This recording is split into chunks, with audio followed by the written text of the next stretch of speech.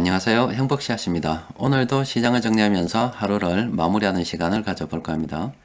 오늘 우리 코스피 지수가 참 재밌게 움직였습니다. 오전에는 좀 그냥 가는 듯 하더니 갑작스럽게 급락을 했다가 또 이렇게 서서히 상승해서 결과적으로는 0.68% 이렇게 상승 마감했습니다. 장중에 변동성이 꽤 컸다고 볼 수가 있습니다. 수급은 그렇게 많지 않았으나 어쨌든 장중에 변동성이 컸어요. 자, 그러면 오늘 왜 이렇게 장중에 변동성이 컸는지 그에 대한 이야기를 좀 해볼까 합니다. 자, 먼저 최근 며칠 동안 이런 이야기를 좀 했죠. 코로나 바이러스 확진자 수가 전 세계적으로 줄어들고 있고 미국 10년물 국채금리가 지금 상승하고 있습니다. 그렇다 보니까 주식시장에서 돈이 빠져서 채권시장으로 가고 있죠. 게다가 또 인플레이션 압력이 계속 커지고 있다 아닙니까? 이건 실물 경기가 풀려서 그런 게 아니라 돈이 많이 늘어나서 그런 거예요. 그렇다 보니까 지금 연준에서 자꾸 아니라고 하는데도 돈을 좀 줄일 것 같아가지고 큰 돈 굴리는 세력들이 많이 쪼려가지고 있습니다. 물론 걔들은 시장을 좀 근시안적으로 보기 때문에 그렇습니다. 자, 그런데 그런 모든 것을 갖다가 한마디로 말씀드리면은 그냥 이겁니다. 이거 거품인데 그것도 뭐 그냥 보통 거품이 아니라 근본 없는 상승이란 것을 투자자들은 다 알고 있기 때문에 그런 겁니다.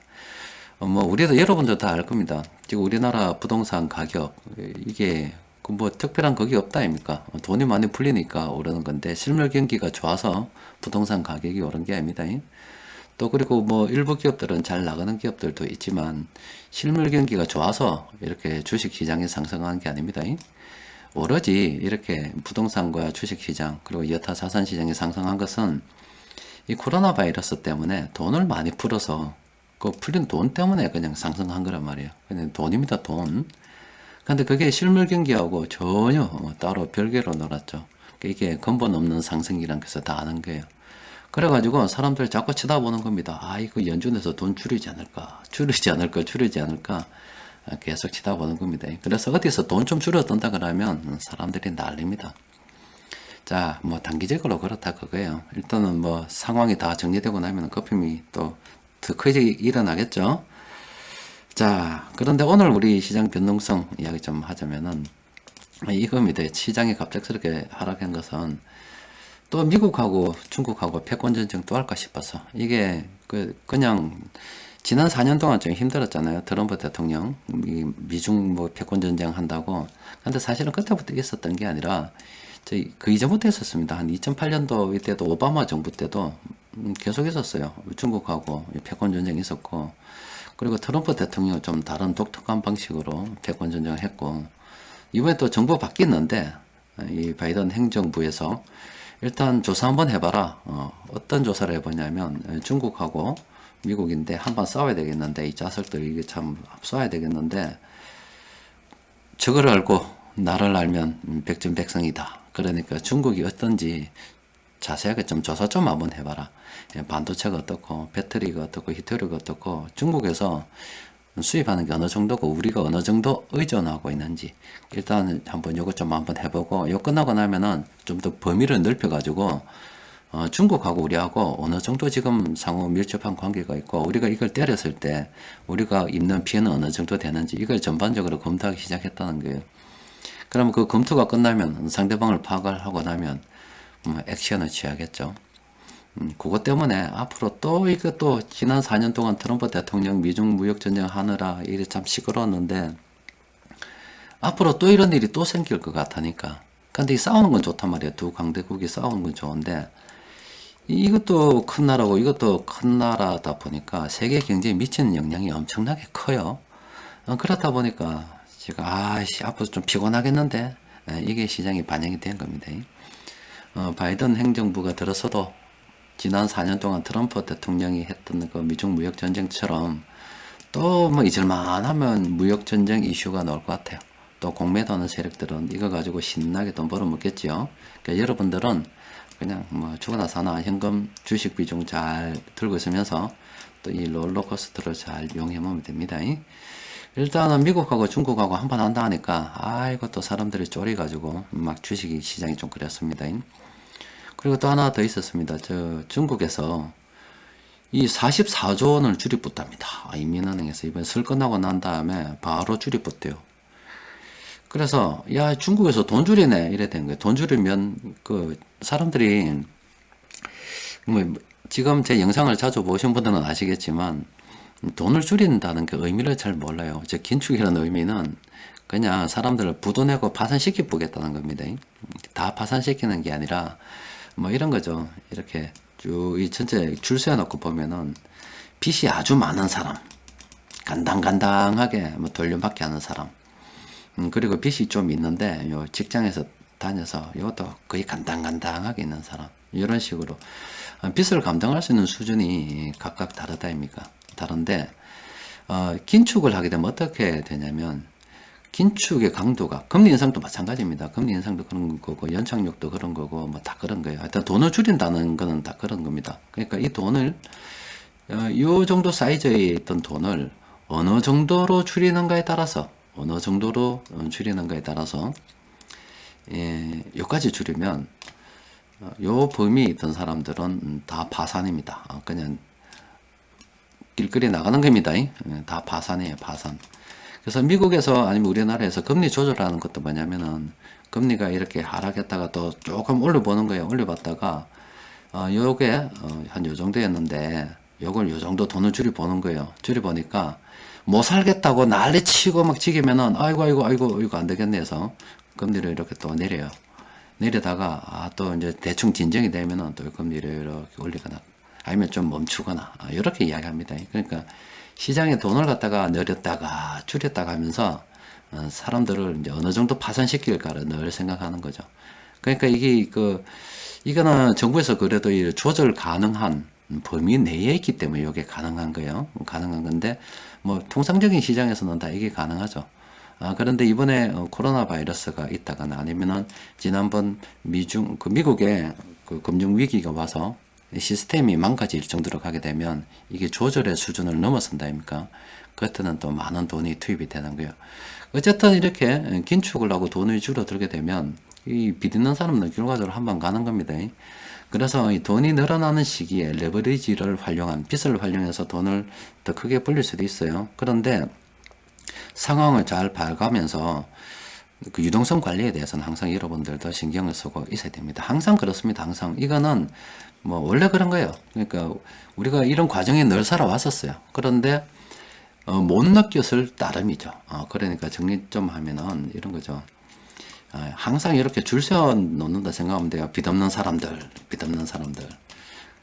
카드로 돌려막기하는 사람들, 이런 사람들이 요 꼭대기 있다 보면 요 사이에서 뭔가 있을 거 아닙니까? 그죠? 있으면 뭐 금리를 갖다가 올린다거나 아니면 뭐 긴축을 한다거나 이렇게 어쨌든 뭐 돈을 갖다가 좀 줄이게 되면은 어느 정도 범위에서 파산되는가에 그게 다를 뿐이지 이 사람들은 전혀 느끼지 못해요. 금리 인상이 돼도 뭐 하든 느끼지 못하는데 그 강도에 따라서 이렇게 이 범위에 들어간 사람들은 진짜 심각해지는 겁니다. 그래서 리셋돼 가지고 이제 갑작스럽게 이렇게 쑥 밑으로 이제 가난해지게 되는 그런 경우가 생기는 거예요. 그런데 요거는 평상시에 어떻게 뭐 조절 가능한 범위이고, 뭐 코로나 바이러스가 있다거나, 뭐 금융 시스템이 망가지는 뭐 국가적인 문제가 있다거나 이래 되면, 이거를 평상시에는 요걸 파산시키는 정도를 중앙은행이나 이 정부에서 어느 정도 이렇게 조절을 할 수 있었단 말이에요. 근데 그 조절의 범위가 벗어나게 되면은 그때는 방법이 없습니다. 그때는 또 돈을 무제한으로 확 풀어버리는 거예요. 그러면은 또 이래 돈 가진 사람들이 이제 또 부자가 되는 겁니다. 그러니까 이 과정이 자본주의 세상에서 늘 반복이 됩니다. 요 메커니즘을 잘 이해하면은, 요 메커니즘 있죠. 요거를 잘 이해하면은 부자로 삽니다, 그냥. 그러니까 여러분들 그 자녀 잘 되라고 학원 보내고 뭐 보내고 한다 아닙니까? 또 여러분들도 지금 험난한 세상 참 고생하시면서 살아가고 있잖아요. 그런데 우리가 그 경제가 한참 발전하던 시절이 있습니다. 그러니까 60년대, 70년대 뭐 이런 시절. 뭐 그런 시절에는 열심히 일하면은 먹고 살아요. 그런데 그런 시절이 일어나 지금이나 마찬가지로 남들이 열심히 일하던 60년대, 70년대 열심히 일하면 잘 살던 시절에도 또 지금도 열심히 일 안 해도 잘 사는 사람들이 있어요. 별로 일하는 것 같지도 않은데도 잘 사는 사람들이 있어요. 그게 이런 원리를 잘 이해하면 잘 삽니다. 아, 세상이 요래 돌아가는구나. 정부에서 금리를 올린다 그러면 요 사람들 재산을 잃겠구나. 그러면 경매 같은 걸 통해서 내가 싸게 구입을 하면 내가 좋겠구나. 이번 경제 위기는 어느 정도 범위까지 지금 파산을 시키겠구나.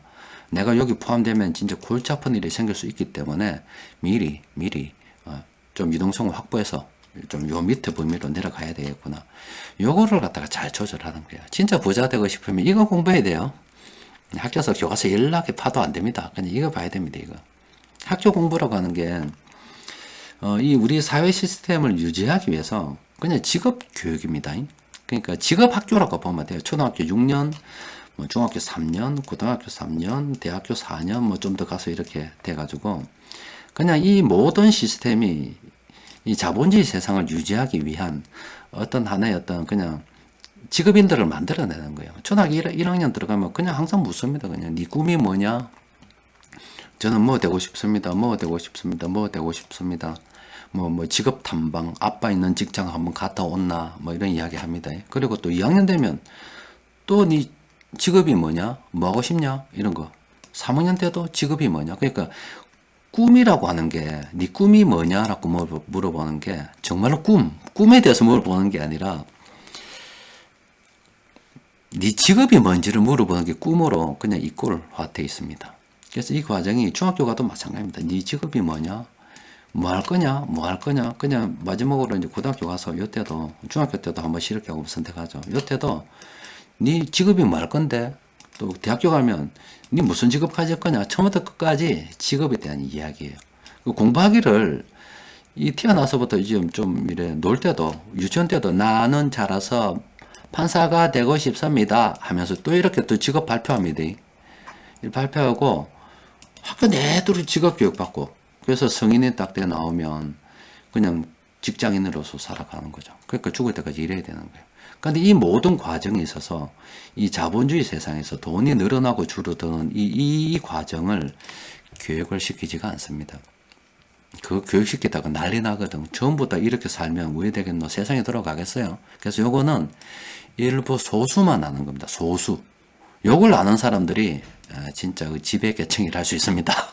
아니면 꼭 지배계층이 아니라 할지라도 자유인이 될 수 있는 거예요. 이걸 이해 못하고 이 시스템 속에서 경쟁을 갖다 하려고 그러면 학원 다니고 뭐 다니면서 돈을 쓸데없이 날리는 거예요. 그냥. 이 돈을 갖다가 자본주의 시스템에 묻어서 주식시장에는 이런데 화강과 또는 이런 걸 묻어뒀다면 얘는 이미 투자를 20년 넘게 한 거잖아요. 아니면 좀 더 어릴 때부터 해서 대학 졸업해서 가면 25년, 30년 동안 장기 투자를 하는 거잖아요. 그 사이에 자본금이 얼마나 불어나 있겠어요. 또 그리고 우리 지금 대학교 정원하고 저희 때는 진짜 박 터지게 대학 들어갔습니다.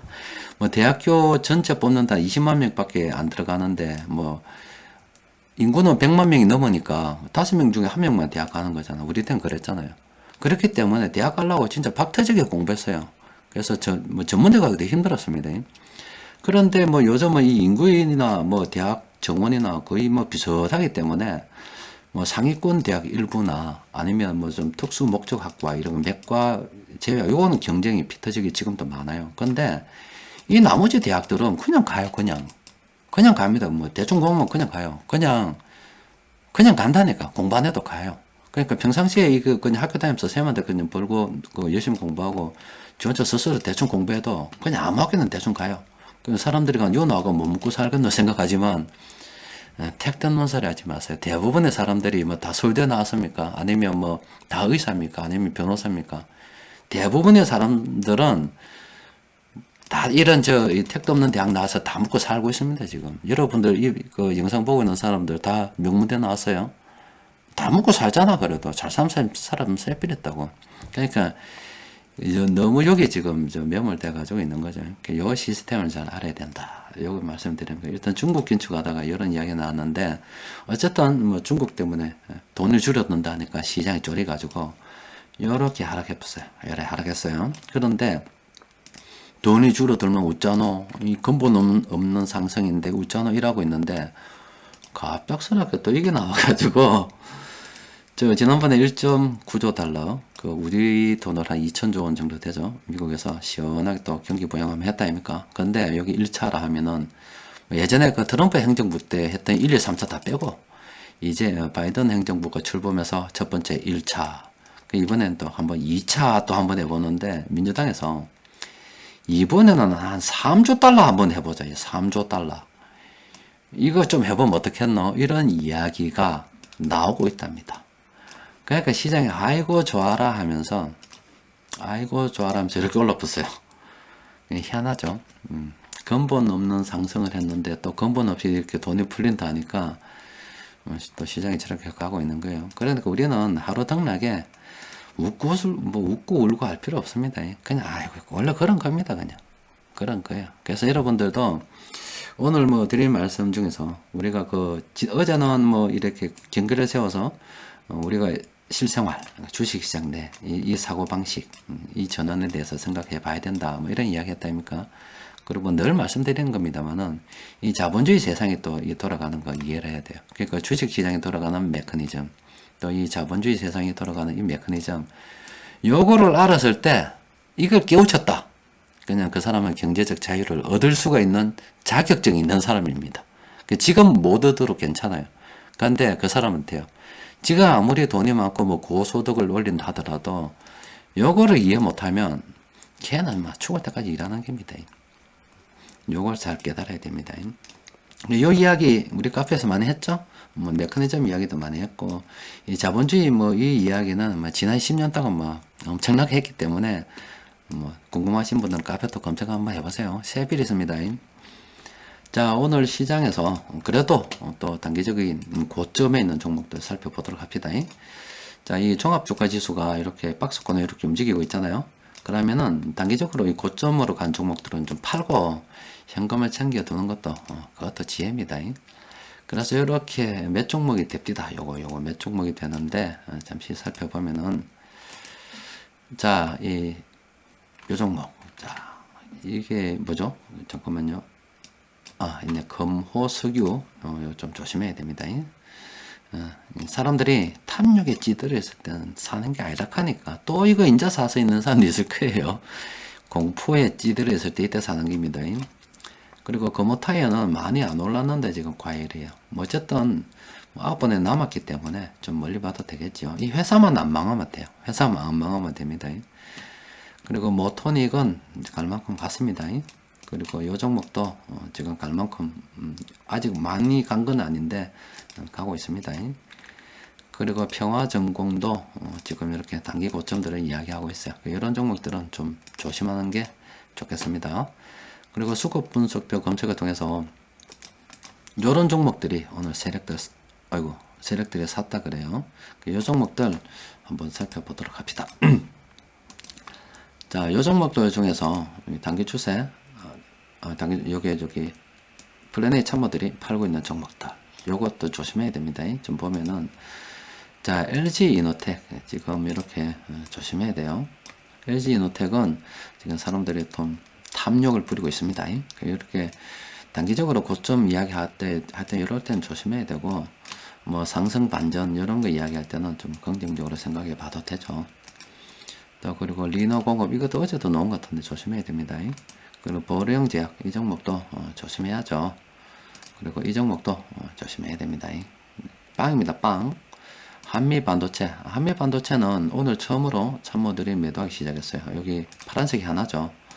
이건 처음으로 참모들이 매도하기 시작했다는 게 플랜 A 참모들이 어떻게 했는지 좀 보면은, 플랜 A 참모들이 요 구간에 집중적으로 매수했습니다. 그리고 이제 오늘부터 매도하기 시작했어요. 매도하기 시작했고, 변곡점 차트를 통해서 바라보면, 예를 이제 끝났죠?